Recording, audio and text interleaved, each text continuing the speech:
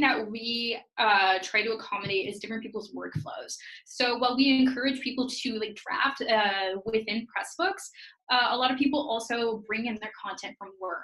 And we wanted to make that easier. So we've added a catalog of shortcodes that you can use to be doing a lot of your formatting in a way that's really compatible with Pressbooks and comes in nice and clean. And we have created these shortcodes to be compatible with that. So I'll go ahead and open up that Word document. If you can see the Word doc that says shortcodes, you'll see that I've added a lot already, and I'll kind of run through a couple of these with you. So there's a shortcode for headings, which would come in as an H1, subheadings, which would come in as an H2, different ones for code, for emails, equations in LaTeX, block quotes, columns, and a few more. And we can add that documentation to this thread, and you can also find it in our user guide, the different shortcodes that are compatible. So I'm going to go to our import tool,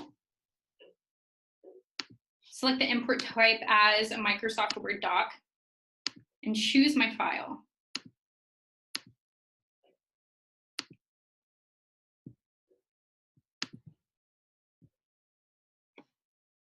I'll import this as a chapter and click import selection.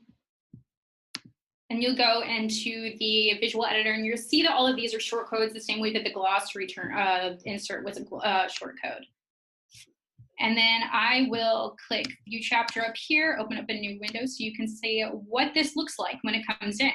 So your headings, your H2s, the code, emails, equations, they come in as a LaTeX, the block quotes, footnotes, text boxes, and you can even add anchors.